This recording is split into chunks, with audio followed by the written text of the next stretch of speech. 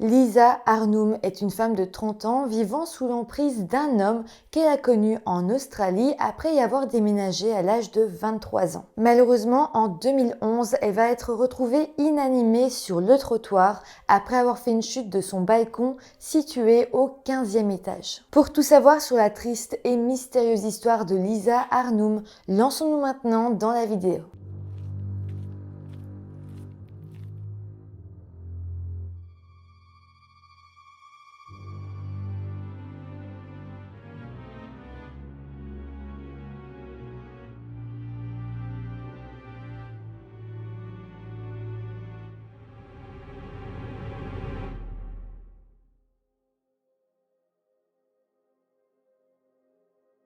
Hello tout le monde, j'espère que vous allez bien. Aujourd'hui, je vous reviens pour une vidéo qui va parler d'un féminicide et cette histoire est selon moi encore trop peu connue aujourd'hui. Avant de commencer la vidéo, comme d'habitude, je vous rappelle de vous abonner à la chaîne si ce n'est pas encore fait. Je sors, rappelez-vous, une vidéo par jour pendant tout le mois d'avril. Et voilà, maintenant que tout ça est dit, lançons-nous dans notre vidéo. Lisa Arnum est née en juin 1981 et a grandi au Canada dans la ville de Toronto avec sa mère Joanne ainsi que son frère. En grandissant, Lisa s'intéressait au football et au karaté, mais surtout, elle adorait la musique et la danse. Elle a alors continué là-dedans et a commencé à suivre des cours de claquettes, de jazz et de ballet. Elle a même commencé à participer à diverses compétitions au Canada et aux États-Unis. Mais voilà, bien que Lisa était décrite comme une jeune fille souriante, énergique et confiante, au début de son adolescence, elle va rencontrer quelques problèmes. Elle sera en fait diagnostiquée avec un trouble du comportement alimentaire et ce sera d'ailleurs quelque chose d'assez compliqué à vivre pour Lisa. Elle devra d'ailleurs se battre contre ce trouble tout au long de sa vie. En 2004, lorsque Lisa était âgée de 23 ans, elle va expliquer qu'elle avait un grand besoin de changement et qu'elle avait choisi de déménager en Australie. Elle avait malgré tout assez peur de se séparer de sa famille, mais voilà, sa mère et son frère l'ont soutenue dans sa décision et ils étaient là pour chaque étape. Lisa a alors finalement emménagé dans la ville de Sydney en Australie en 2005. Elle a alors passé quelques mois sur place pour voir si elle aimait la vie là-bas et elle a tout simplement adoré. À partir de là, elle a tout simplement entamé toutes les procédures pour avoir la nationalité australienne. Par contre, la procédure était vraiment longue, c'est difficile d'avoir cette nationalité et donc en 2009, on lui a demandé de se lancer dans une carrière approuvée par les autorités australiennes. Avant ça, elle a beaucoup travaillé dans la mode, dans la danse, elle faisait beaucoup de shooting photo. Mais voilà, à partir de 2009, elle a commencé à travailler à l'Australian Hair and Beauty Salon, donc un salon de beauté. Ce nouveau travail lui convenait complètement parce que Lisa était aussi très passionnée par la coiffure, en plus de la mode et du maquillage. Et d'ailleurs, elle était très douée dans ce domaine. Mais évidemment, sur le côté, elle a continué à étudier la danse et même à faire des shootings photos. C'était quelque chose qui lui tenait quand même beaucoup à cœur. À son travail, Lisa a rencontré un homme qui s'appelle Simon Gitani, 10 ans plus âgé qu'elle, mais les deux ont rapidement sympathisé. Simon était une personne très extravertie qui aimait énormément les choses luxueuses et c'était en soi quelqu'un de très matérialiste. Il adorait collectionner les jolis vêtements et les jolis accessoires, mais aussi il était une personne très drôle. Lisa s'entendait alors très bien avec lui et comme elle cherchait justement un colocataire, elle lui a proposé d'emménager avec elle. Simon a accepté et au fil du temps, leur amitié va tout doucement aller vers une relation amoureuse. Au début, Simon semblait vraiment soutenir Lisa dans tout ce qu'elle faisait, mais au bout d'un moment, on va se rendre compte qu'il avait un comportement de plus en plus toxique. Par exemple, au début de l'année 2010, Lisa va être invitée à un mariage de l'un de ses proches qui se déroulait au Canada.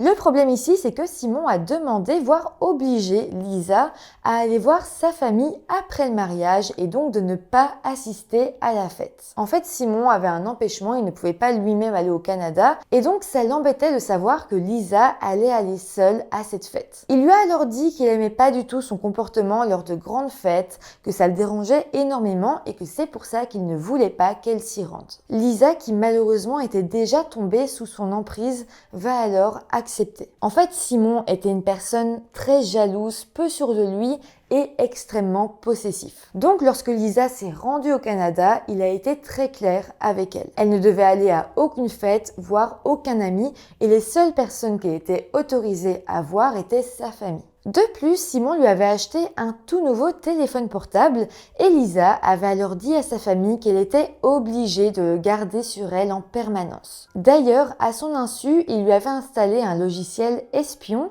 qui lui permettait de la géolocaliser. Simon pouvait alors savoir en permanence où se trouvait Lisa, mais aussi il pouvait lire chacun des messages qu'elle recevait ou envoyait. Clairement, grâce à ça, il savait tout ce qu'elle faisait. Mais voilà, même avec ce logiciel espion dans le téléphone de Lisa, Simon était quand même très inquiet et il lui téléphonait tout le temps. D'ailleurs, pour vous dire, au moment où elle a eu fini de passer la douane pour arriver au Canada, Simon l'a directement appelée pour savoir si tout allait bien et pour voir ce qu'elle allait faire ensuite. Mais après ça, pendant tout son voyage, tout le temps où elle est restée avec sa famille, Simon l'appelait encore et elle était évidemment obligée de répondre. À un moment donné, le cousin de Lisa l'a même invitée à une fête via Facebook et Lisa a alors totalement paniqué parce qu'elle savait que Simon allait consulter sa page Facebook et donc elle a envoyé un message à son cousin pour lui demander de la désinviter immédiatement. En fait, on se rend bien compte que Lisa n'a absolument pas pu cacher l'emprise que Simon avait sur elle et ses proches ont d'ailleurs commencé à sérieusement s'inquiéter pour elle. Les amis de Lisa voyaient bien que toutes ses publications sur les réseaux sociaux ne tournaient plus qu'autour de Simon et clairement ça ne lui ressemblait pas parce que Lisa, normalement, postait beaucoup de photos d'elle parce que justement elle aimait bien être modèle pour des shootings photos, etc. Mais là, c'était plus du tout le cas. En plus, selon les amis de Lisa, eh bien Simon n'était pas du tout son type d'homme. D'ailleurs, il était beaucoup plus âgé qu'elle. Mais bon, finalement, Lisa va rentrer en Australie et à son retour, Simon va tout faire pour gagner encore plus de terrain sur elle. Il va alors lui faire se débarrasser de tous ses vêtements et il va lui offrir plein de nouveaux vêtements mais qui lui plaisaient à lui et non à elle. Après ça, chaque jour, il choisissait la tenue qu'elle devait porter, en plus de déjà choisir qui elle devait voir et ce qu'elle devait faire. La famille de Lisa remarquait évidemment tous les changements dans la personnalité de Lisa et il se disait qu'elle avait perdu toute la confiance en elle qu'elle avait toujours eue. Elle a d'ailleurs arrêté toutes les activités qui la passionnaient auparavant, dont la danse d'ailleurs, et quand elle a annoncé ça à sa famille, elle a donné un tas d'excuses un peu bidons pour justifier le fait qu'elle arrêtait. Mais bon, évidemment, sa famille n'était pas dupe et il savait que si Lisa arrêtait, c'est sans aucun doute parce que Simon le lui demandait. Les choses évolueront encore de pire en pire. Rapidement, Simon va imposer à Lisa sa façon de parler, sa vision de voir la vie et il a même mis fin à sa carrière dans la mode et la beauté en la forçant à démissionner de son travail. Lisa n'avait donc plus de carrière, plus d'amis, plus de hobbies et tout son temps était contrôlé à la seconde près par Simon. Elle se rendait évidemment bien compte de la situation, mais elle pouvait rien faire, elle était coincée dans la relation parce qu'elle ne connaissait plus personne en dehors de Simon et même elle ne gagnait même plus son propre argent. Donc pour elle, Simon était la seule chose qui lui restait et donc elle pensait qu'elle ne pouvait tout simplement plus sortir de cette relation. Un peu plus tard, Simon a pris la décision que le couple allait emménager dans un tout nouvel appartement qui se situait dans un quartier assez chic de Sydney. Lisa aimait justement la région où se trouvait cet appartement et il y avait un parc où elle pensait qu'elle allait pouvoir aller se promener quand elle avait besoin de s'évader. Ça a alors enfin donné une lueur d'espoir à Lisa qui a eu l'impression qu'ils partaient ensemble vers un nouveau départ. Lisa pensait vraiment que là-bas elle serait alors plus heureuse, plus stable et surtout plus épanouie. Mais malheureusement, et je pense que vous vous en doutez, ça ne va pas du tout être le cas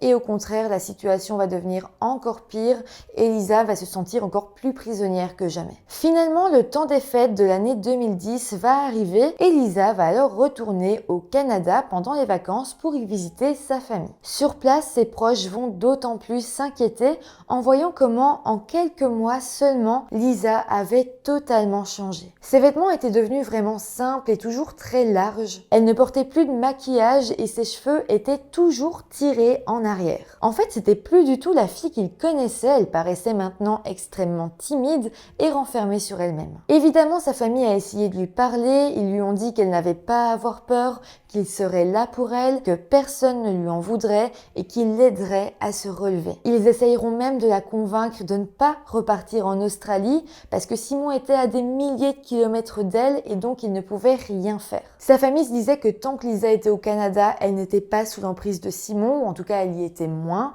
et donc elle était totalement capable de prendre la décision de rester là et ne jamais retourner en Australie. Mais Lisa était totalement tenue psychologiquement et elle dira qu'elle n'avait pas le choix et qu'elle devait repartir en Australie. Elle est donc restée peu de temps au Canada avec sa famille et elle est rapidement retournée en Australie où son enfer a continué. Par exemple, les rares fois où elle avait le droit de sortir à l'extérieur, elle recevait tout un tas de messages de Simon qui lui donnait comme les règles à suivre. Pour vous en lire quelques-uns, Simon lui a déjà écrit « S'il te plaît, ne laisse aucun mec te parler aujourd'hui et s'il te plaît, ne regarde aucun mec car tes yeux ne devraient regarder que moi. C'est tout. Je croyais t'avoir dit de ne pas porter ça. Pas de maquillage aujourd'hui, tu n'en as pas besoin. » Au mois de juin 2011, Lisa a alors eu 30 ans et d'ailleurs, un peu avant son anniversaire, elle a eu le droit d'appeler sa mère et son frère et par la même occasion de leur annoncer qu'elle venait de se fiancer avec Simon. Évidemment, ses proches étaient totalement contre l'idée qu'elle épouse Simon. Là, elle serait vraiment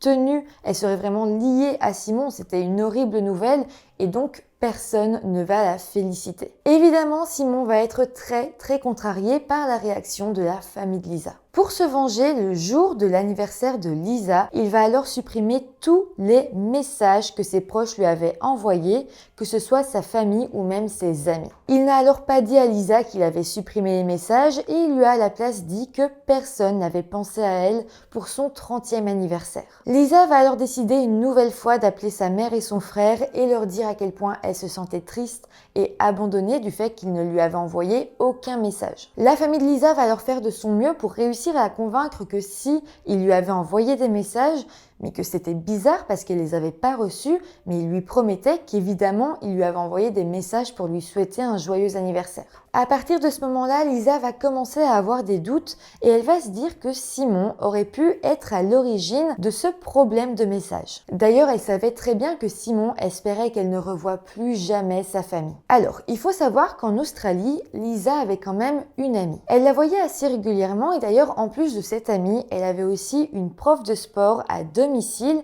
avec qui elle se retrouvait souvent seule. Et donc, à force de la voir, eh bien, elle avait aussi lié une petite amitié avec cette prof de sport. Et donc c'est grâce aux deux témoignages des deux amis de Lisa qu'on va savoir ce qu'elle pensait réellement. Lisa leur avait alors expliqué qu'elle avait envie de mettre fin à sa relation avec Simon. Elle leur avait d'ailleurs dit qu'elle n'avait jamais vraiment eu envie de se fiancer, mais bon, Lisa finissait toujours par se reprendre et donner à ses deux amis plein de souvenirs positifs qu'elle avait avec Simon et qui, selon elle, la poussaient à rester avec lui. De plus, elle dirait aussi que se marier avec Simon était sa chance d'avoir la nationalité australienne qu'elle n'avait toujours pas reçue. Mais bon, un mois après son anniversaire, en juillet 2011, Lisa a commencé à se sentir un peu plus sûre d'elle et elle dira alors à ses deux amies qu'elle se sentait prête à quitter la relation. Ses amies l'ont bien évidemment soutenue et toutes les trois, elles ont mis au point un plan. En fait, le plan était que petit à petit, Lisa et ses amies devaient enlever les affaires de Lisa de l'appartement pour qu'un jour Lisa puisse dire à Simon « je m'en vais » et qu'elle n'ait pas besoin d'y revenir pour prendre ses affaires. C'était en soi un très bon plan, mais bon, je pense qu'il fallait s'y attendre, mais Simon a fini par le découvrir. Il s'est alors mis dans une immense colère et il a dit à Lisa qu'elle ne devait plus jamais revoir ces deux femmes de toute sa vie. D'ailleurs, les deux amies de Lisa vont recevoir un message venant d'elle et qui leur disait qu'elle ne voulait plus jamais entendre parler d'eux. Mais bon, heureusement, les deux amies de Lisa savaient que ce n'était pas elle qui avait envoyé ce message. Lisa, de son côté, va commencer à se poser des questions et elle va se demander comment est-ce que Simon avait pu être mis au courant de son plan. Parce que clairement, elle avait laissé aucun indice derrière elle, donc ça paraissait bizarre que Simon soit au courant. Elle a alors commencé à enquêter en regardant dans son ordinateur. Et c'est là qu'elle a découvert qu'il suivait son téléphone et qu'il lui avait installé un logiciel espion pour lire tous ses messages et connaître sa position géographique. Elle va alors évidemment prendre peur et pour ne plus que Simon puisse la suivre, elle va changer le mot de passe de son ordinateur. Le 30 juin 2011, Lisa va alors prendre la décision d'enfin quitter la relation. Elle va alors appeler sa mère et elle va lui dire qu'elle comptait rentrer chez elle au Canada. Donc Lisa a commencé à préparer ses affaires et elle comptait se rendre à l'aéroport juste après pour prendre le premier vol vers le Canada. Mais au même moment, Simon va se rendre compte que quelque chose n'allait pas et il va d'ailleurs essayer d'ouvrir son ordinateur pour vérifier ce que Lisa complotait encore et c'est là qu'il va se rendre compte que le mot de passe avait été changé. Encore une fois, il va s'énerver et il va confronter Lisa, mais Lisa avait pris sa décision et elle va dire oui, c'est bel et bien moi qui ai changé le mot de passe et d'ailleurs j'ai tout découvert. Elle va alors lui dire qu'elle ne voulait plus l'épouser, qu'elle voulait rompre avec lui et elle va tenter de sortir de l'appartement. Les caméras de surveillance que Simon avait installées lui-même devant sa porte d'entrée vont alors filmer la scène. Lisa essayait de sortir mais Simon l'a rattrapée, il l'a empoignée et il a mis sa paume sur sa bouche pour ne pas qu'elle crie. Après ça, il l'a traînée contre son gré à l'intérieur de l'appartement et a refermé la porte. Et puis, 69 secondes après que Lisa soit re-rentrée de force dans l'appartement, elle va alors faire une chute de son balcon qui se situait au 15e étage du bloc d'appartement et elle va s'écraser sur le trottoir et malheureusement, elle décédera sur le coup. Simon va alors se précipiter en bas de l'appartement et d'ailleurs des caméras vont le filmer alors qu'il était dans l'ascenseur. Arrivé en bas, il va se jeter sur le corps de Lisa tout en essayant de la sauver, bien qu'il était clairement trop tard, Lisa était décédée. Il va alors être rejoint par un groupe de passants et l'ambulance ainsi que la police seront bien évidemment appelés. Rapidement, les policiers demanderont à Simon ce qu'il s'est passé et il expliquera que Lisa était devenue totalement hystérique et qu'elle s'était penchée du haut du balcon. Simon dira que bien évidemment il avait essayé de la sauver mais qu'elle avait glissé et était finalement et malheureusement tombée. Il précisera aussi que Lisa avait de lourds problèmes psychiatriques et qu'elle était très déprimée depuis quelque temps. Les policiers vont alors pas chercher plus loin et ils vont déterminer que la mort de Lisa était un suicide. La famille de Lisa va alors être informée de sa mort et ils seront totalement dévastés. Par contre, ils avaient une certitude, ils savaient que Lisa n'était pas tombée du balcon mais que Simon l'avait assassinée. Mais bon, la police australienne de leur côté ne suspectait pas du tout Simon et bien au contraire, Simon coopérait totalement avec eux, il leur donnait plein de détails et la police avait l'air d'apprécier Simon, de travailler avec pour essayer de comprendre ce qui s'était passé. Mais heureusement, un témoin va venir bouleverser cette affaire. Il va aller voir la police et il dira que quelques instants avant que Lisa ne tombe du balcon, il marchait dans la rue et avait justement entendu une femme crier de peur et un homme hurler de rage. Il avait alors levé les yeux vers l'appartement et il avait vu un homme en train de jeter ce qu'il croyait être un sac de vêtements par-dessus le balcon. Mais évidemment, le témoin, lorsqu'il avait appris que Lisa était décédée en tombant du balcon, il avait directement réalisé que ce sac de vêtements que l'homme avait semblé jeter du 15e étage était en fait Lisa. Il y avait donc maintenant un témoin qui disait avoir bel et bien vu Simon en train de jeter en tout cas quelque chose du 15e étage. Les enquêteurs ont alors trouvé ça très étrange et ils ont décidé d'enquêter un minimum sur la relation de Lisa et Simon. Ils vont alors perquisitionner l'ordinateur de Simon et ils vont donc avoir accès aux images de caméras de surveillance que Simon avait fait installer lui-même devant son appartement. Ce qui est dingue, c'est que Simon avait installé ces caméras pour surveiller les allées et venues de Lisa, mais au final, eh bien, ces caméras vont le filmer en train de s'attaquer à Lisa. Donc évidemment, en visionnant les images, les enquêteurs vont bel et bien se rendre compte que Simon avait agressé Lisa. Donc comme je vous l'ai dit juste avant, il voyait bien que Lisa avait essayé de fuir l'appartement et que Simon l'avait traînée à l'intérieur de l'appartement de force en mettant sa main sur sa bouche. De plus, c'est aussi grâce à toutes les caméras de surveillance qu'on va se rendre compte qu'il y avait seulement 69 secondes qui s'étaient écoulées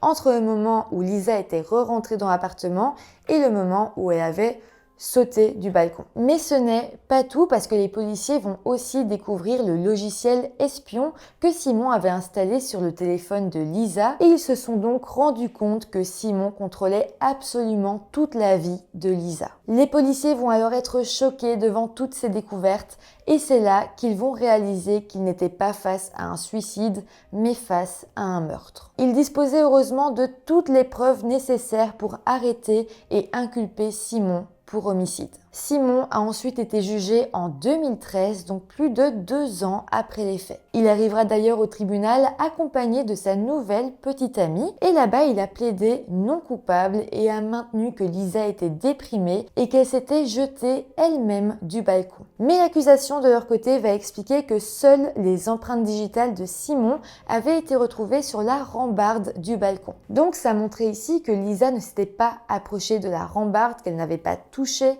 la rambarde, qu'elle ne l'avait pas enjambée ou quoi que ce soit et que simplement quelqu'un l'avait jetée par-dessus. Ce fut alors assez facile de prouver que Simon était bel et bien coupable. D'ailleurs, à ce procès, il sera révélé qu'avant de connaître Lisa, Simon avait déjà eu des antécédents de violence et avait même déjà fait une petite peine de prison pour ça. Le juge a alors estimé que Simon avait tué Lisa de colère et enfin, en février 2014, Simon a été condamné à une peine de prison de 26 ans avec une peine de sûreté de 18 ans. La famille de Lisa tiendra tout de même à s'exprimer et sa maman dira « La perte de Lisa pour notre famille est dévastatrice et la douleur sans fin. Que ce soit directement ou indirectement, chacun d'entre nous sera affecté par une forme de violence physique ou mentale au cours de sa vie. Pourtant, nous avons tendance à croire que cela ira mieux, à l'ignorer ou à nous détourner au lieu de l'affronter. L'affronter est le seul moyen que la violence diminue, car en vérité, elle ne sera jamais éradiquée. Il faut que chacun d'entre nous prenne position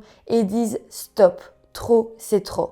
Arrêtez la violence et faites la différence. Voilà, c'est sur ces paroles que j'avais envie de clôturer cette vidéo. Mais en tout cas, l'affaire est aujourd'hui clôturée. Mais la famille, les proches de Lisa continuent à se battre contre la violence, notamment la violence conjugale. Clairement, cette histoire vient montrer qu'il n'y a pas que la violence physique qui peut exister dans une relation toxique, mais aussi la violence psychologique. En tout cas, c'est comme ça que se termine cette vidéo. N'hésitez pas à me dire en commentaire tout ce que vous en avez pensé. N'hésitez pas à mettre un petit pouce en l'air, ça fait toujours plaisir. Et n'hésitez pas non plus à vous abonner à la chaîne. Et sinon, comme d'habitude, moi je vous retrouve demain pour une toute nouvelle vidéo. Bye!